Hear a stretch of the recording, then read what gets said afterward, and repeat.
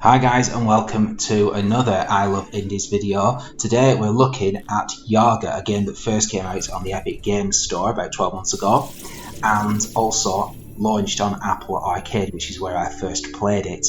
Here we are looking at the Steam release that came out on January the 12th.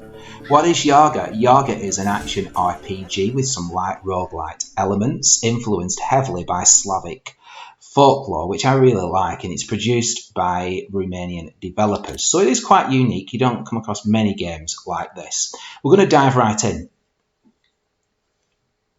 Now, I'm not going to show you the introduction because it is quite a long-winded introduction. I'm going to show you sort of the second stage, the second area. So I will continue here. Right, here is the protagonist, Yaga. It's very likeable. Very smooth movements. You've got a button that allows you to roll, which is key when you're in battle. You've got an attack button, like that. You've got a secondary attack, which at the moment is this throwing axe. And then you've got a third attack, which is this claw that I've got at the moment, but you are able to upgrade and change. We're in quite the early stages of the game here, and this is, you could call it the main hub. This is where the shops, lots of non-playable characters to talk to and get a little bit more of the story. This is Grandma. As soon as you have those gifts, you should go to Baba Yaga. She will take care not to get lost in the swamp. And remember, Ivan, look out for a wife. I would love to see my sweet boy married. And that's one of the running jokes. Every time you speak to Grandma, she wants to marry you off. So, you'll speak to these characters all in good time. This is the Undertaker. I've spoken to him a few times. Doesn't have much to say at the moment. You've got farmers. You've got the sexton here that seems quite upset. Oh no, that's not the sexton, it's the widow. She's crying. So what you end up doing is you do tasks, side quests for a lot of these characters. And you find a lot of the elements, a lot of the items in your adventures. So let's leave. So we'll leave the town, the village, and then we get this sort of middle section, which is a sort of setup. You can forge and craft, repair and upgrade here. So if we can craft, so what you do is you can put in your items, your weapons and abilities that you've found. So just put the hammer in. Then throughout each stage you will find a variety of ores, and you can put these ores in to upgrade your weapons and items.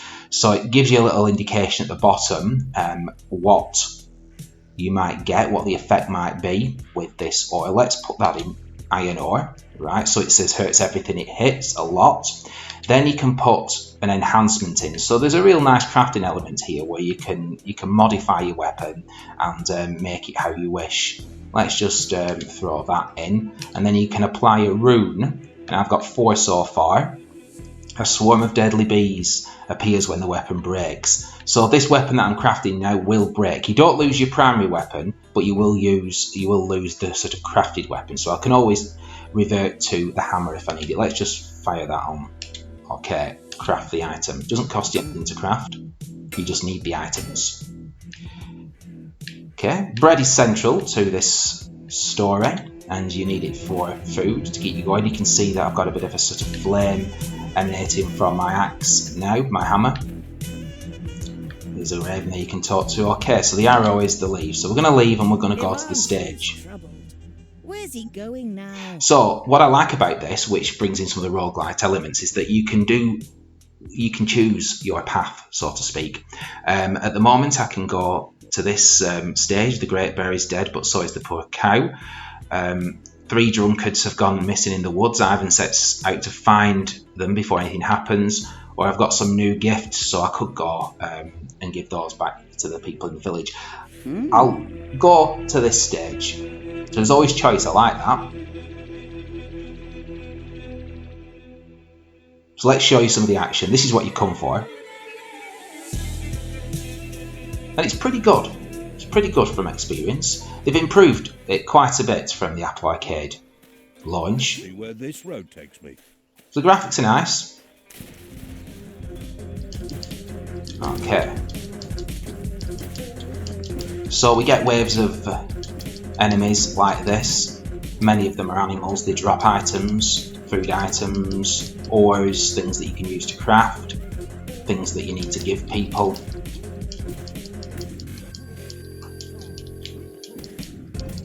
So when they flash red, that means that you've hit them. They have attack waves, movesets that you can learn, and that'll help you defeat them quicker, get further. You can see at the top left, I've got the red health bar, and then you've got your stamina bar in yellow. Now, I got hit a couple of times there, so I'm going to eat some bread, and that will fill up my health bar. So as you go around, there's various things that you can interact with. Here we've got an altar, and you can choose what you want to do. You can offer something, you can pray, you can clean it, you can attack it. And all of these choices will have an impact on your character and what happens in the future. Let's pray for now. The altar is silent now. And the altar has given me a treat, a cat's tail. Not sure what that'll do, but we'll hopefully find out later on. You've got non-playable characters that you walk into and you come across as you're on your adventure. Oh, there's someone on the floor here. What's happened? So then you get the options. I think, again, the choice is one of the great elements of this game. You can choose whether you want to be noble or whether you want to be a little bit greedy and selfish. So should I bury him with the goods or should I take it? Am I greedy? Let's bury him with the goods. And you can see there that I get the righteous tab flashing on the screen. What in the name of... Oh, and what's this then? We've got some enemy that's a ghost.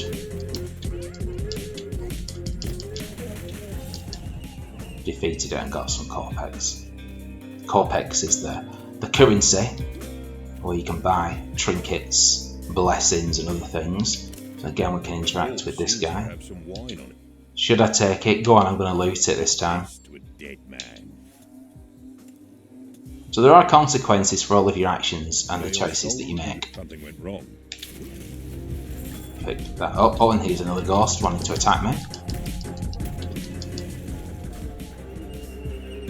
This is version 1.2. There have been a couple of updates since the original release, and it has added extra elements. There's more things to find, more things to interact with. The majority of the game features battles like this, although there are some larger battles and there are some boss battles with health bars. Some quite inventive ones, and it's not just a hack and slash. You do have to be quite cautious and wait for the right opportunity. Here we're using the throwing axe or throwing hammer, which is quite effective as a long range weapon. I've also at the moment got a spade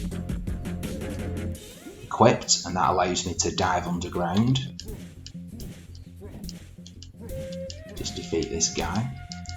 He's got a shield. So you've got like a hook, a Zelda style hook that you can use to remove shields and make enemies vulnerable. I've not got that equipped at the moment, but if I go to select, you'll be able to see it. There it is. That's the chain fork, as it's called. Quite a nice secondary weapon. It also allows you to do a Zelda style zip across gaps. So I'm in a dead end. You've got your map top right, and you can explore all the area. There's lots of secrets. As I said, there's side quests. It's not always clear exactly what you're doing and what you're looking for, but that is perhaps one of the flaws. And I would also say it is a little bit repetitive. So I've played it quite a bit, and I played it on Apple Arcade for a few hours, and I've played this for 2 or 3 hours already. And it is a little bit repetitive. You are facing a lot of the same enemies over and over again, and they do have similar attack patterns. But I'm not going to knock the game too much because I really like the style. I love what the developers have done. I like the character. I like some of the side quests. I like the humour. It runs well, looks good, music's nice, dialogue's great. So all in all, I'm giving this 2 thumbs up. But some people may find it a little bit repetitive. If you've played it and you want to comment, please post in the comments below this video. If you've got any questions, do the same, and I will see you on the next I Love Indies video. That's all for now. Bye guys.